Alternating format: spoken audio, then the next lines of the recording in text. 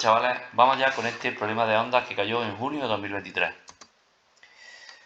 Tenemos un rayo de luz monocromática que duplica su velocidad al pasar de un medio a otro.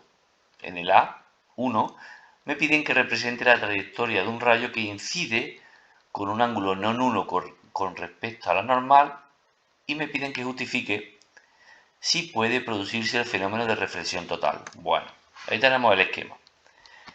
El rayo incide con un ángulo no nulo con respecto a la normal en un medio que tiene un índice de refracción mayor al segundo medio.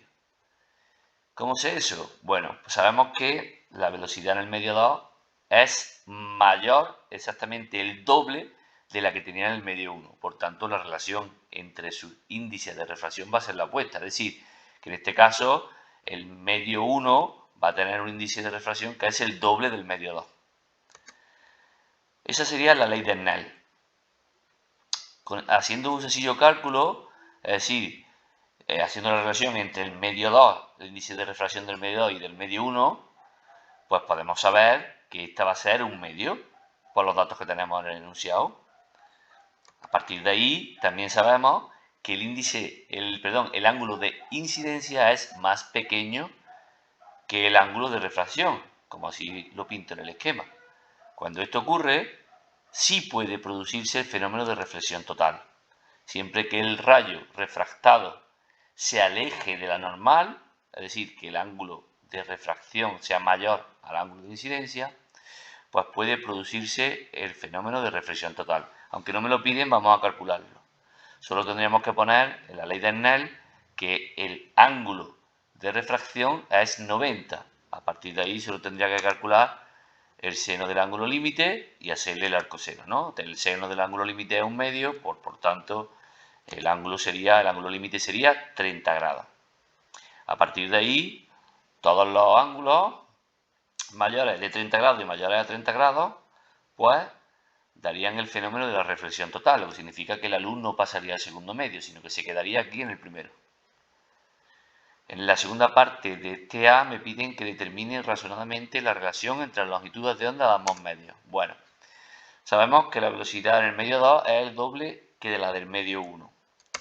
Y también sabemos que la frecuencia no varía al cambiar de medio, porque la frecuencia depende de la fuente emisora. A partir de ahí, la frecuencia siempre es velocidad de propagación entre longitud de onda, como son iguales, las igualamos, sustituimos las velocidades y ordenamos como queremos las longitudes de onda. En este caso, como me piden que hagamos la relación entre las longitudes de onda, pues ponemos longitud de onda 2 entre longitud de onda 1. A partir de ahí sustituimos las velocidades, se va a ir en este caso la velocidad 1 y nos daría que la relación que nos piden en el ejercicio sería 2. En el B me dicen que tenemos un rayo de luz con una frecuencia de 8,22 por 10 a la 14 Hz que se propaga por el interior de un líquido con una longitud de onda de 1,46 por 10 a la menos 7. Con estos datos me piden que calcule primero la longitud de onda en el aire. Bueno, como hemos visto antes, la frecuencia no varía al cambiar desde el aire al líquido y del líquido al aire, porque es constante, ya que depende de la fuente emisora, no de otra cosa. A partir de ahí, para calcular la longitud de onda en el aire, pues dividíamos la velocidad en el aire por su frecuencia. La velocidad en el aire, ya sabéis que es 3 por 10 a la 8, además nos la dan como dato, y la frecuencia, que es la misma que la del líquido, la del rayo de luz en el líquido, la misma porque es constante, pues simplemente nos quedaría ser la división para sacar que la longitud de onda que me piden es 3,65 por 10 a la menos 7. En el segundo apartado del B me piden que calcule la velocidad del rayo en el líquido y el índice de refracción también en el líquido.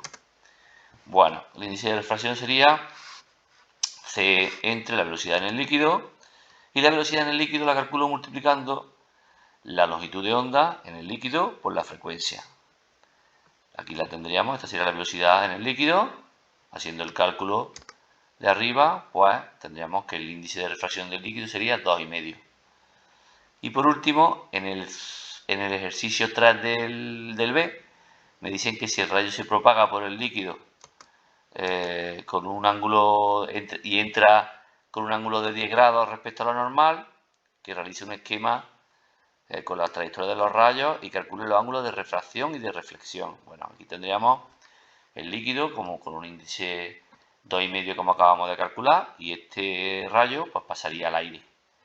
Bien, para empezar, el ángulo de incidencia es igual al ángulo reflejado, porque como la luz iría en el mismo medio, pues sería ambos de 10 grados. El de incidencia me lo dan, pues el reflejado sería también 10 grados. Nos quedaría calcular el ángulo de refracción, como siempre, con la ley de Snell. Tengo todos los datos, tengo el índice de refracción en los dos medios y también el ángulo de incidencia. A partir de ahí sacaría el seno del ángulo refractado y haciendo el arcoseno, pues tendríamos que ese ángulo refractado sería 25,73.